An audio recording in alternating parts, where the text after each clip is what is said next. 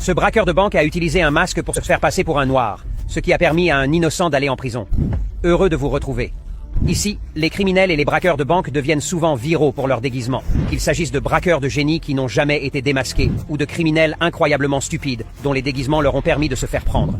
Tout d'abord, nous devons nous pencher sur le bandit à l'outil trop puissant. Le bandit Tutul est l'un des braqueurs de banque les plus mystérieux et les plus effrayants au monde. Il doit son surnom à sa taille imposante. 1,90 m.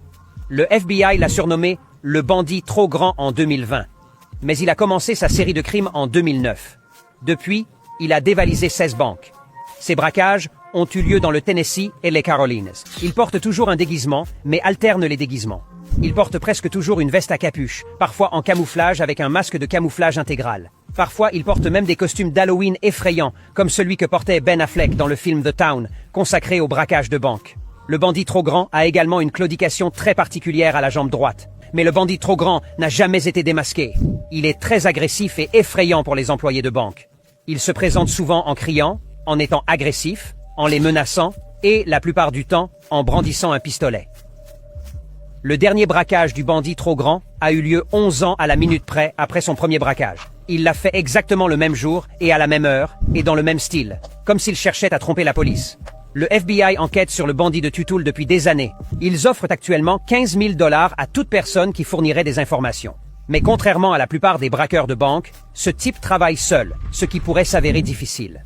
Ensuite, nous nous intéressons aux bandits au masque noir. De nombreux braqueurs de banque utilisent des masques noirs, mais très peu utilisent des masques noirs masculins. Ce braqueur a utilisé un masque noir très réaliste. Il était si réaliste que la police a arrêté un homme totalement innocent qui ressemblait au masque. Conrad Saderak, originaire de l'Ohio, a commis de nombreux braquages en portant un masque d'homme noir. Il a dévalisé ces 6 banques, toutes en novembre 2000. Il avait acheté le masque à une société hollywoodienne spécialisée dans les effets spéciaux. Sa petite amie l'a donc balancé. Mais c'est une bonne chose, car cela signifie qu'un homme innocent a été libéré. Ensuite, nous devons nous pencher sur le bandit au sac en plastique. En 2013, un homme nommé Jamie Neal a tenté de dévaliser une station-service au Royaume-Uni. Son déguisement était un sac. Cela peut sembler normal, sauf que le sac était transparent et en plastique. C'est vrai. Ce type pensait pouvoir s'en tirer en utilisant un sac en plastique transparent pour dissimuler son visage. Il a essayé de convaincre les caissiers que son téléphone portable était une arme. Le chef de la police locale a déclaré que le déguisement de Jamie était le plus ridicule qu'il ait jamais vu. Grâce à la vidéosurveillance et aux preuves médico-légales, ils ont pu facilement arrêter Jamie. Le plus drôle, c'est qu'il n'a même pas reçu d'argent. Il a pointé son téléphone portable caché dans sa veste vers la guichetière. C'est alors que le clavier de son téléphone s'est allumé à travers la veste. Dès que l'employé a réalisé qu'il ne s'agissait pas d'une arme, elle a déclenché l'alarme, ce qui a permis à la police d'arriver sur les lieux et d'arrêter ce criminel très bête. Jamie a été condamné à 2 ans de prison pour ce vol raté. Passons maintenant au bandit au ruban adhésif. Il s'agit de KCG Kazé, mieux connu sous le nom de bandit au ruban adhésif. Ce type a tenté de cambrioler le magasin de spiritueux Shamrock dans le Kentucky, aux États-Unis. Il pensait que personne ne pourrait l'identifier s'il s'enveloppait le visage de ruban adhésif. Il a braqué le magasin de spiritueux et volé de l'argent, mais il a rapidement été plaqué au sol dans le parking. La police est arrivée sur les lieux et l'a arrêté. Il a ensuite été inculpé de vol au 1er degré et condamné à une peine de prison. Malheureusement pour lui, son masque en ruban adhésif n'a servi à rien. Il a également dû être très douloureux à arracher. Passons maintenant au grand bandit de Shades.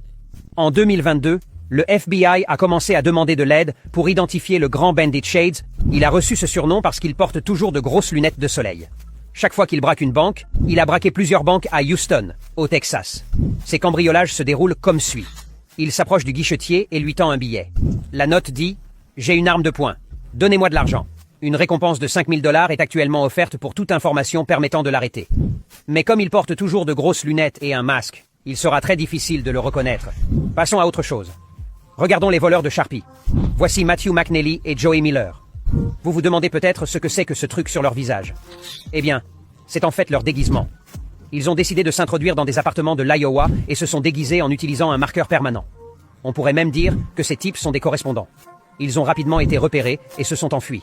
Mais la police a arrêté leur véhicule et dès qu'elle a vu leur déguisement, elle a su qu'il s'agissait des cambrioleurs. Le chef de la police locale a déclaré que leur visage barbouillé de Sharpie les avait immédiatement identifiés. Ensuite, regardons la photo glamour d'une bandite. Il s'agit de Brianna Cassius, 19 ans, mieux connue sous le nom de Bandite. C'est une voleuse de banque assez improbable. C'est une fille et elle ne mesure qu'1,50 m, mais elle a tout de même réussi à braquer 6 banques dans le Colorado, aux États-Unis. Elle utilisait toutes sortes de déguisements. Une fois, elle portait une perruque blonde, une autre fois, un chapeau de cow-boy et un couvre-chef blanc. Et une autre fois, 2 casquettes de baseball empilées l'une sur l'autre. Elle portait également des gants blancs en latex lors de chaque braquage afin de ne pas laisser d'empreinte digitale. Elle n'a jamais dit un mot aux guichetiers lors des braquages.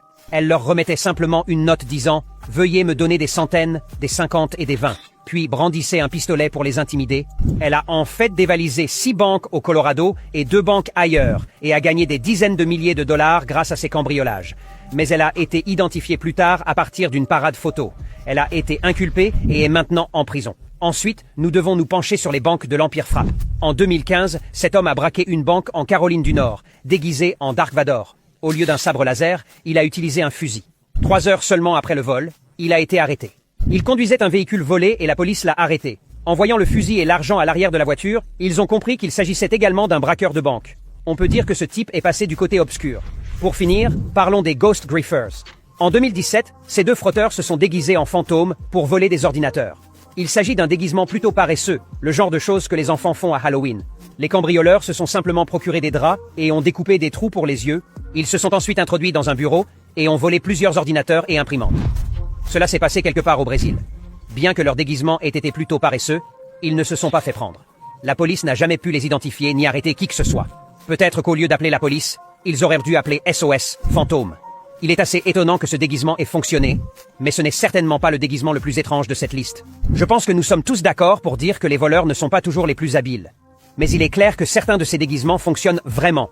Et il est incroyable que certains soient encore démasqués aujourd'hui. Lequel de ces criminels avait le déguisement le plus stupide? Laissez un like si vous avez aimé. Et si vous ne l'avez pas encore fait, qu'est-ce que vous attendez?